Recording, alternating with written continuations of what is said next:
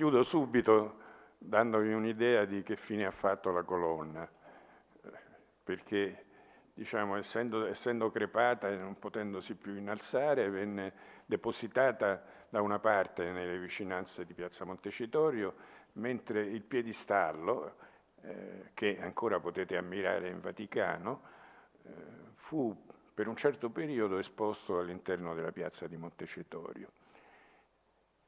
Questa povera colonna fu sfruttata per riparare alcuni obelischi, tra cui quello che è stato eretto poi di fronte al Palazzo di Montecitorio. Quindi diciamo questa storia è anche decreta la morte della colonna antonina, anche se poi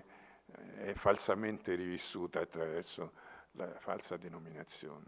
Beh, spero che questo vi abbia divertito, non vuole essere ovviamente un insulto, vuole essere solo un richiamo a questa contraddizione che è anche poi la grande forza di Fontana, no? Da una parte intuire un mondo diverso che cambia, dall'altro rimanere legato mani e piedi a un mondo ormai scomparso o sull'orlo della scomparsa. Quindi è questa drammaticità di condizione biologica in un certo senso che fa la sua grandezza, nonostante la mancanza di questa dimensione artistica che era stato invece l'elemento determinante del successo dei suoi predecessori. Quindi grazie a Carlo Fontana di averci regalato una delle parti di Roma insostituibili, che ha avuto recentemente una destinazione diversa ma fortemente simbolica, quindi diciamo nello stesso senso di questa coscienza civica che aveva dettato a Fontana la battaglia per far diventare Palazzo di Montecitorio, un vecchio palazzo gentilizio incompiuto, un palazzo di grande utilità pubblica, il cui campanone segnava non soltanto le ore del tribunale, ma anche l'apertura delle scuole. Ringraziamo veramente l'architetto Portoghesi perché ci ha illuminato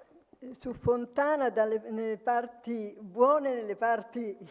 peggiori, e però ci ha veramente incuriosito, per cui penso che anche le 3 giornate di domani possano offrire spunti molto interessanti per approfondire questa figura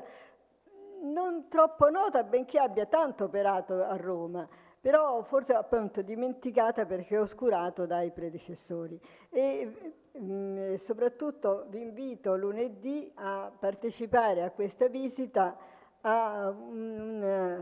alcune opere di Fontana, accompagnate dal professor Bonaccorso, che è tra i curatori del convegno e che ci farà entrare proprio nelle opere di Fontana, vedendole appunto in prima persona. E a proposito del carcere minorile, siccome io ho lavorato per tanti anni al San Michele, perché tutto il San Michele è sede del Ministero per i beni e le attività culturali, e in particolare c'era stato a un certo punto assegnato per la fototeca al carcere minorile,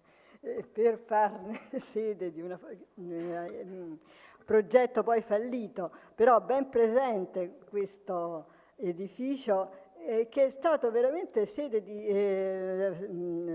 è stato sfruttato per tantissimi film, a parte quelli ricordati, ma ogni tanto andavano a girare, quando serviva un carcere andavano lì al San Michele, e ricordo che forse in occasione di uno di questi film, ma in questo grande stanzone con tutte le celle su 2 o 3 piani, non mi ricordo quanti sono, con tutte